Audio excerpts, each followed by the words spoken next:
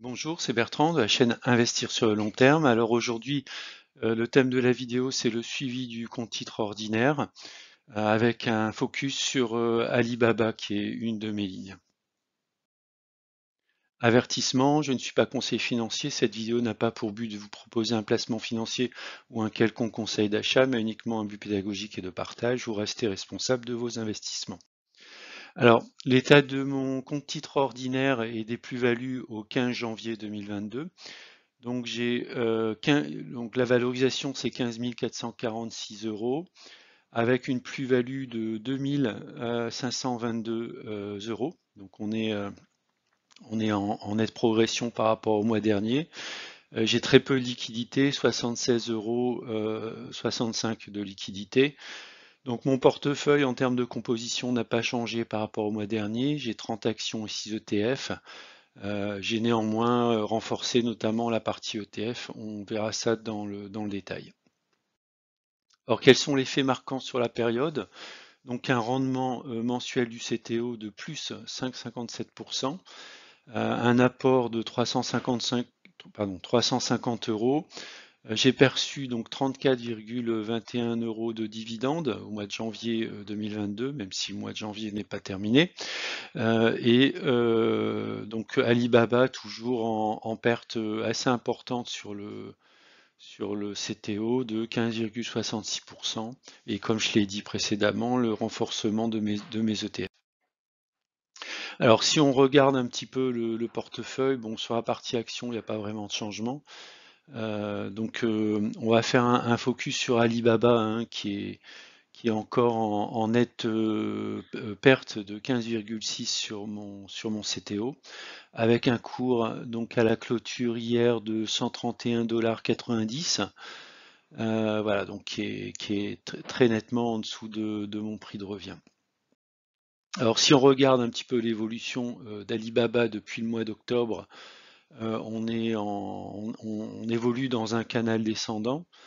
Avec à la fois des phases de stabilisation hein, que j'ai représentées sous forme de les droites que vous pouvez voir en bleu, et puis ensuite un effet toboggan pour à nouveau se stabiliser sur un niveau un petit peu plus bas et à nouveau redescendre. Alors espérons que le dernier niveau qui était touché autour des 108-109 euros soit le niveau historique le plus bas.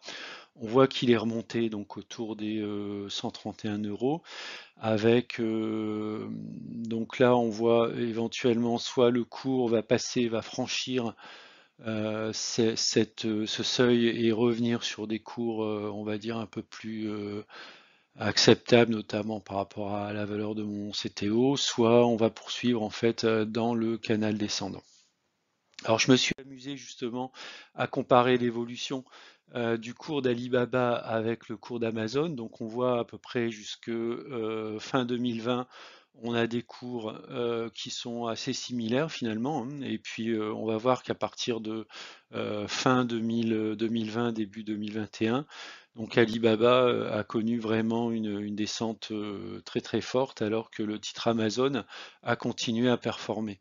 Hein, donc on voit par exemple si on compare à peu près depuis 2016, début 2016, on voit que l'action Amazon a pris plus de 472%, alors que Alibaba n'a pris que 91%, même si ça paraît quand même déjà un parcours pas mal en 6 ans, hein, 90%, ça fait une moyenne de à peu près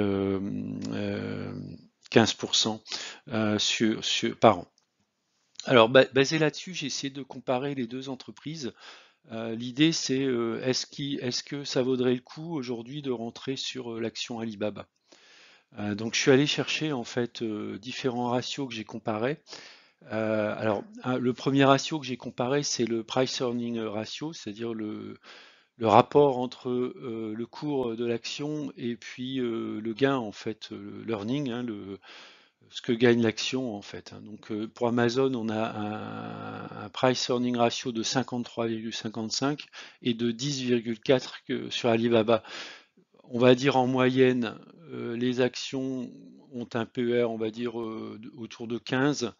Des actions technologiques, on peut monter jusqu'à 25-30, voire 40. pour certaines actions. Donc là, on voit peut-être que Amazon est légèrement surcoté, hein, il y a une prime forcément au leader. Alibaba est très en retard, hein, on a 10, donc je pense que si on regarde uniquement ce ratio, on voit bien que Alibaba a sans doute des capacités à remonter à peu près au moins de 30% dans les mois à venir. Le deuxième ratio, c'est le cours sur l'active net. Donc ça, c'est assez intéressant en fait, hein. On va voir que Alibaba est relativement peu valorisé, 2,5 fois ses actifs nets, alors que Amazon est à 17,80. Un autre point également, c'est les capacités des sociétés à générer du free cash flow. Donc on voit par exemple que le cours divisé par le free cash flow est également relativement élevé chez Amazon, 64, alors qu'il est de 12,59 chez Alibaba. Si on regarde donc la croissance, les taux de croissance en fait du chiffre d'affaires sur les 3 dernières années, on a un taux de croissance du chiffre d'affaires d'Alibaba qui est supérieur à celui d'Amazon. Donc, quand on regarde les ratios précédents, on voit quand même que tout plaide quand même pour un redressement du cours d'Alibaba, puisqu'il est capable de générer une croissance de chiffre d'affaires qui est supérieure à celle d'Amazon. Donc ça, c'est un point qui est très important. Si on regarde la croissance de la marge sur les 5 dernières années, on voit qu'il y a à peu près jeu égal entre Amazon et Alibaba, autour de 40%. Et si on regarde la profitabilité nette de la marge, donc on voit que Alibaba a un peu plus de 24%, ce qui joue également en sa faveur. Donc moi je suis relativement confiant en fait sur le fait que le cours d'Alibaba on va dire dans les mois, dans les années à venir, auront sans doute un rattrapage par rapport à Amazon, sachant que bien sûr ce qui va énormément peser sur le titre, c'est le poids en fait du gouvernement sur les entreprises cotées en Chine. Pardon, cotées aux États-Unis, mais les entreprises qui sont d'origine chinoise, avec, comme vous le savez, un impact très fort en fait du gouvernement chinois. Alors, si on regarde maintenant l'état de mon compte titre de manière un peu plus générale au niveau des actions, alors je vous ai fait un classement ici sur les plus forts dividendes, hein. Donc on voit par exemple que des actions comme AGNC délivrent en fait un rendement de plus de 9%, ce qui me paraît tout à fait confortable. Par contre, on voit bien que la variation par rapport au PRU n'est pas très forte, hein. Donc typiquement, c'est le type d'action, si on regarde AGNC, ou même Rio Tinto, ce sont des actions qui délivrent un rendement assez fort, mais qui ne sont pas du tout des actions de croissance. Donc ça peut être particulièrement intéressant pour un actionnaire qui va rechercher du dividende et pas forcément la croissance. Voilà, vous pouvez regarder quand même que la majorité des actions que je détiens dans mon portefeuille, ce sont des actions qui génèrent de la croissance. Donc j'ai mis également la colonne variation par rapport au PRU avec un système de couleurs en fait qui permet de voir quelles sont les actions qui ont le plus performé. Alors si on regarde le tableau des dividendes par rapport à ces actions, notamment les dividendes prévus pour le mois de janvier, donc au mois de janvier, je vais recevoir 34,21 € de dividendes. Alors qu'est-ce que j'ai reçu ou qu'est-ce que je vais recevoir? Donc AGNC, hein, c'est une action qui délivre vraiment un haut niveau dividende, de quasiment 3 € de dividendes, j'en ai 10. BG Foods, Pembina, on a également PPL Corp et WP Carré. On va voir Iron Mountain et TC Energy. On aura également Merck et American Tower pour le mois de janvier. Alors j'ai également mes apports de 350 € au mois de janvier, sachant que mes objectifs, c'est de faire un apport autour de 350 € tous les mois. Donc ce que je vais faire au travers de ce tableau de dividendes, c'est vraiment un suivi, on va dire mensuel, ce qui me permettra notamment sur les années futures de regarder comment les dividendes évoluent dans le temps, avec notamment un œil très particulier sur le taux de progression de ces dividendes. Donc j'ai illustré de manière graphique en fait l'évolution de ces dividendes mois par mois avec un cumul en fait, un total sur la fin de l'année. Donc ce qu'on peut voir ici dans la colonne février, c'est ce que m'affiche au quotidien De Giro, puisque De Giro met dès qu'il y a une prévision de dividendes quasiment sur les 4-5 semaines à venir, il me l'indique. Donc sur le mois de février, j'ai déjà en prévision des dividendes pour AT&T, Verizon et également Bristol Myers Squibb. Si on regarde les achats effectués, donc pour faire suite aussi à ma stratégie CTO, qui était le renforcement de mon compte titre, notamment sur la partie ETF. Donc mon objectif, c'est d'être à peu près à 50-50 avec les actions.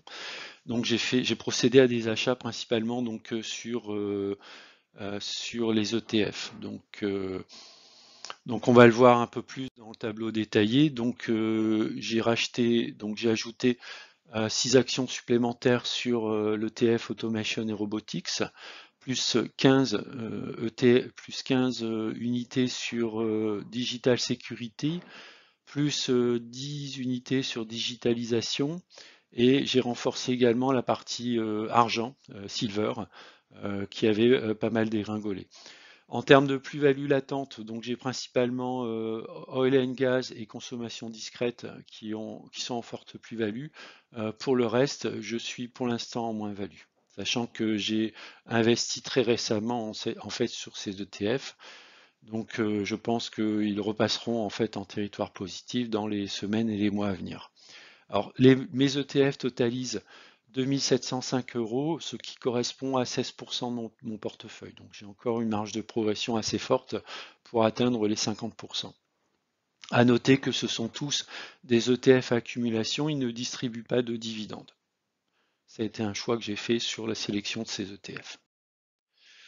Si on regarde maintenant de manière un peu plus générale la composition de mon compte titre ordinaire, donc on peut voir effectivement que les ETF correspondent à 16%. Une des grosses parts en fait de mon CTO, c'est la santé, à peu près équilibré avec les ETF de 17%. Les REITs, hein, qui sont les sociétés, on va dire, plutôt de type immobilière, 17%, et également les énergies autour de 15%.